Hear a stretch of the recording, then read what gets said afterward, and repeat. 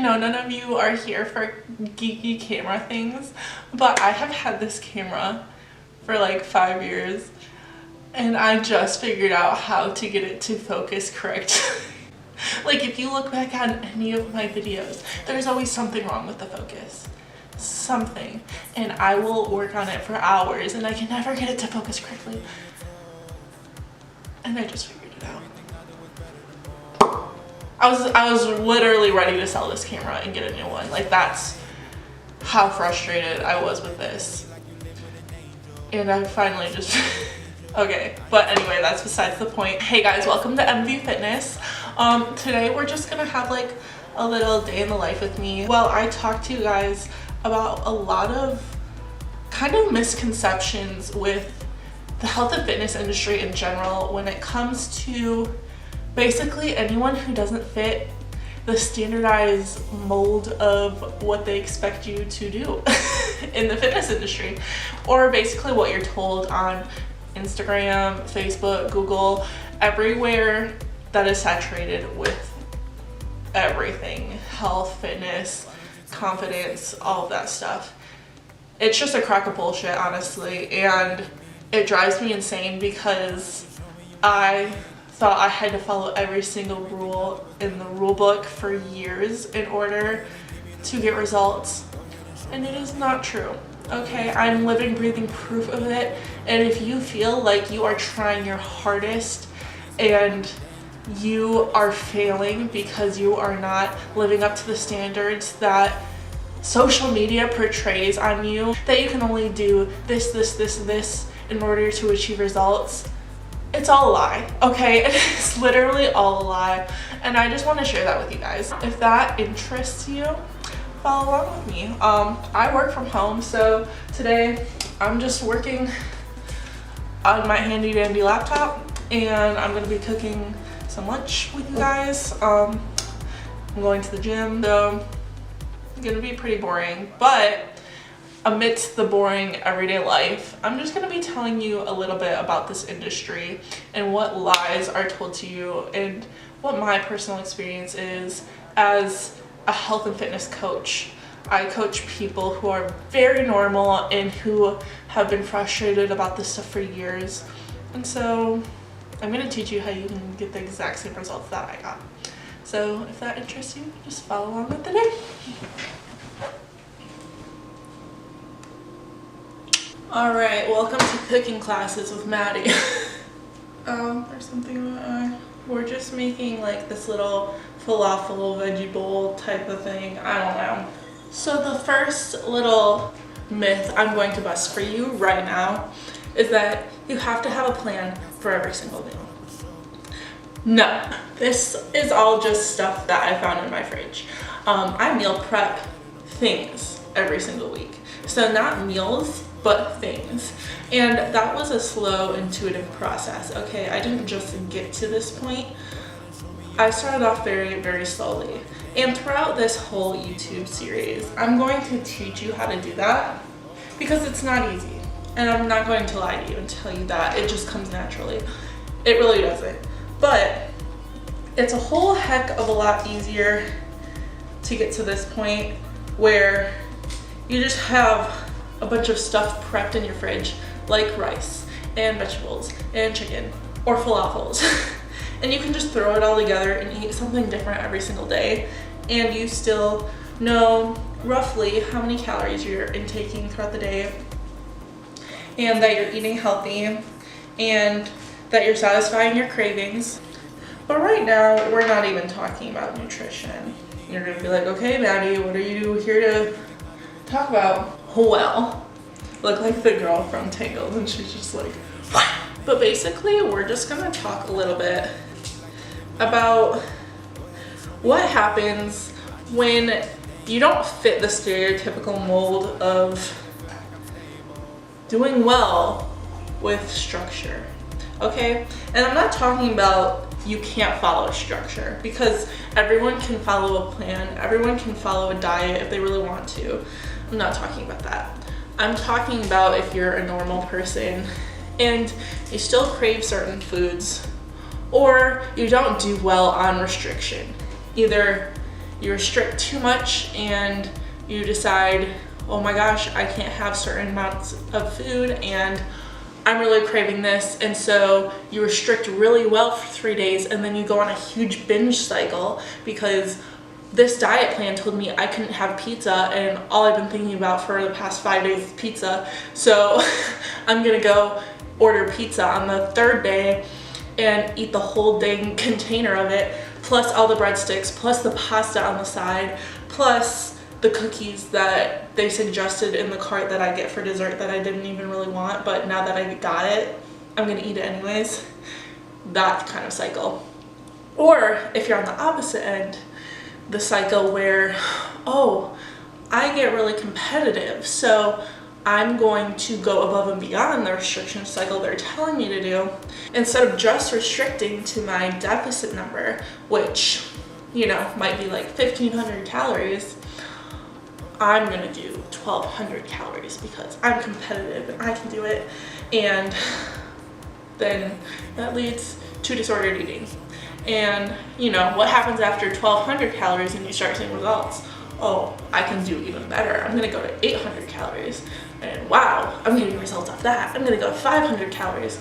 And soon you have an eating disorder. Like, there's just like not a solution for people who are not the very stereotypical mold of what the fitness industry tells you you should be like. And it's just unattainable. And I would know because I am both sides of the spectrum. I cannot just go on a diet and only restrict this certain amount and not have my head go to one extreme or the other. Like, it just doesn't happen for me. And honestly, I don't know many people whose head doesn't go to one side or the other. Like, it's just not the norm, like the fitness industry tells you it is.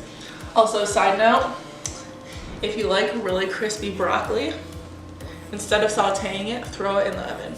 I'm saving your life. Okay. We're gonna talk about that on this channel because I come from an eating disorder background. I've had binge eating disorder, I've had bulimia, I've had anorexia. None of it's fun. Certain ones get more attention than others, and certain ones get taken more seriously than others. I got more taken seriously when I was suffering with one over the other two, which you guys can probably guess which one I'm talking about. I suffered with one for like 6 years of my life and no one said anything. And as soon as I started struggling with the other one, everybody was all up on me. So it's something that I know can affect literally anyone of every shape, size, age, it doesn't matter. And the fitness industry has a very large habit of sticking everyone all in one shell and saying, hey, to lose weight, you just cut your calories and you work out every day and you eat healthy, and that's how you do it. And if you don't do it, sorry, but you don't fit into our mold and you're not gonna do well and you're never gonna be healthy, so you just don't want it bad enough. And that is not true. Like, if anything, that's just so triggering to everybody who wants it and their mind just doesn't work that way. So if you can relate to that, like at all, welcome, because this is a very safe space for you. I can relate 100%.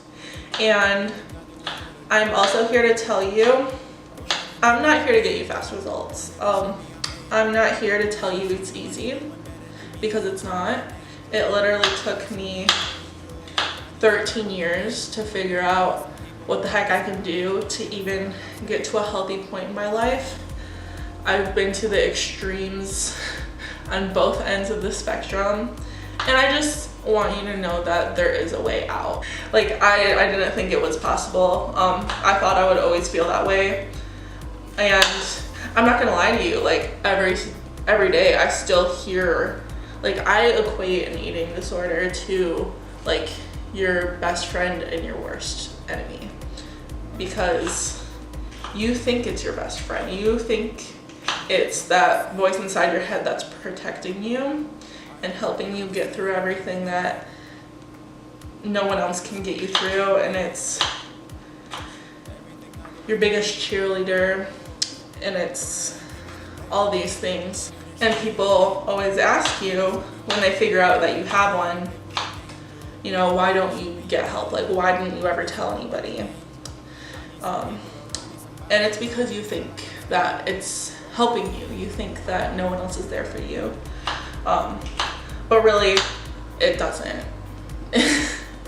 And so when you do get help and you decide to get healthy, that voice doesn't go away.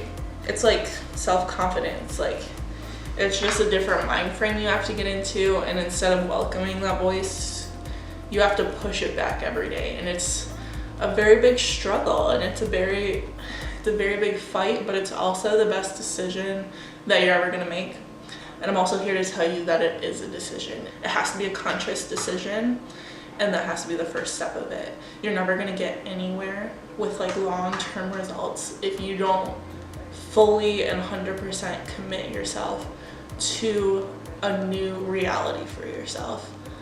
And that was the hardest thing I had to come to terms with.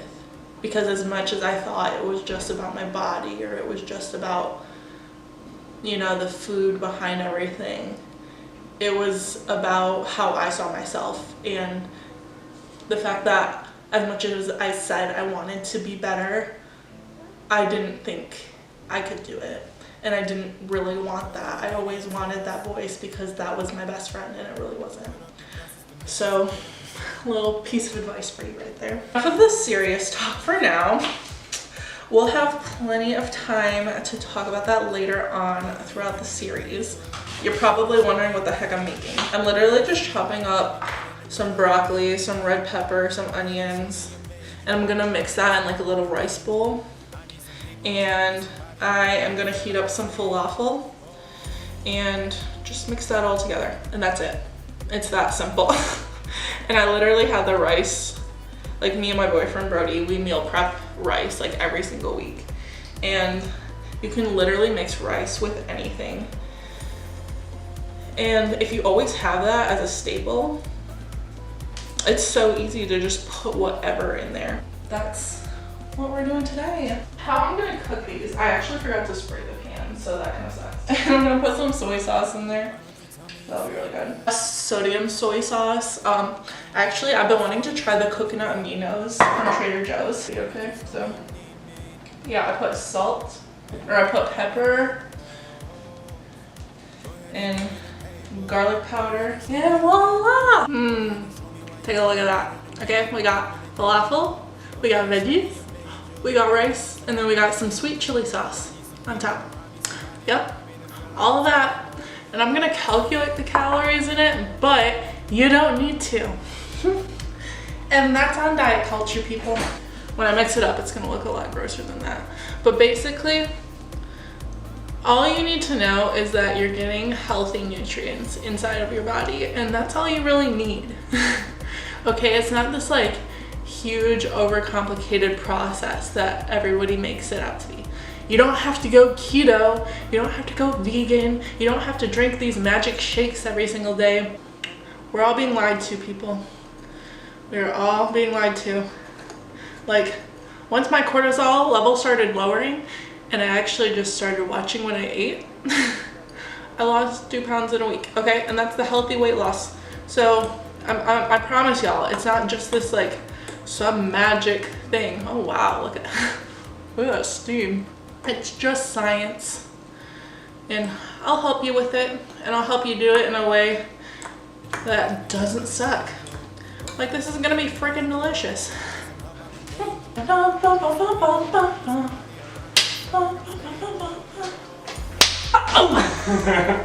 knew we were gonna do that.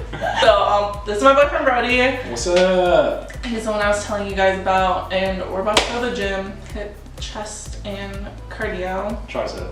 Triceps, all those With the arms. upper body things that I don't like to do. Yeah. But it's fine. It's gonna be good, and then afterwards we're going to Olive Garden, and I'm so excited because we get pasta. You ready? Yeah. Okay. Bye guys. I've always wanted to do that. Why don't you tell me your secret? I only want you to say it if you really mean it. Why don't you show me you need me? Everything I do is better than more.